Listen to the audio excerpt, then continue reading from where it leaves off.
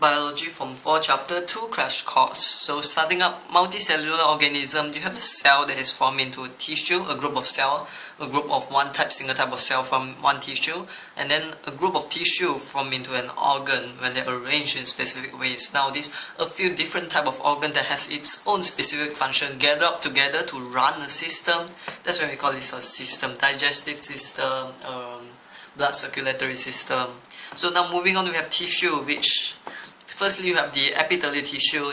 Has three functions. Firstly, in the skin, the outer layers, just remember, firstly is our skin. This will be to protect all our skin, and then you got your lining or trachea to protect your trachea, and then afterward to secrete fluid. If you can say, then it will be like the glands that secrete the enzyme. Then you have the small intestine secrete the enzyme as well.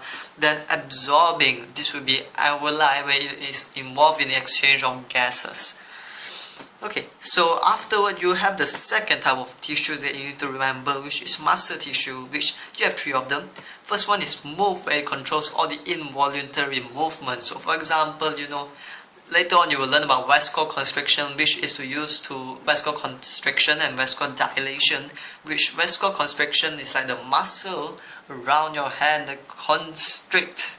They make your blood vessels to be thinner, and when it's thinner, the blood pressure increases. This is the movement of involuntary action, this move muscle, because you can't actually control your hand in all this vasodilation and vasoconstriction. Then secondly, you have the favorite one, which is the skeletal muscle that allows all these different kind of movement, and you have your cardiac muscle, which is in your heart, it pumps the blood.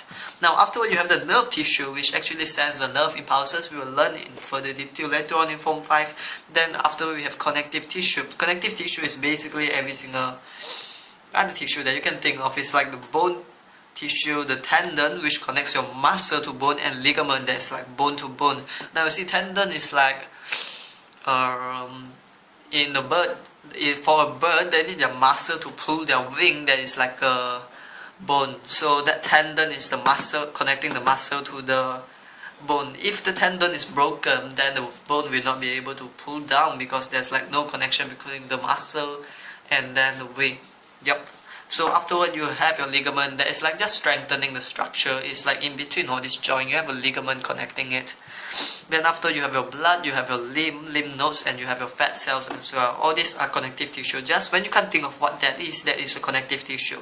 So afterward, you have your system, which there are a lot of systems, but I believe for this crash course you should already know all the system in your Form 3, so we are just going through one, which is the integumentary system, which is like it physically separates us and it protects us against mechanical injuries. It's just like our skin.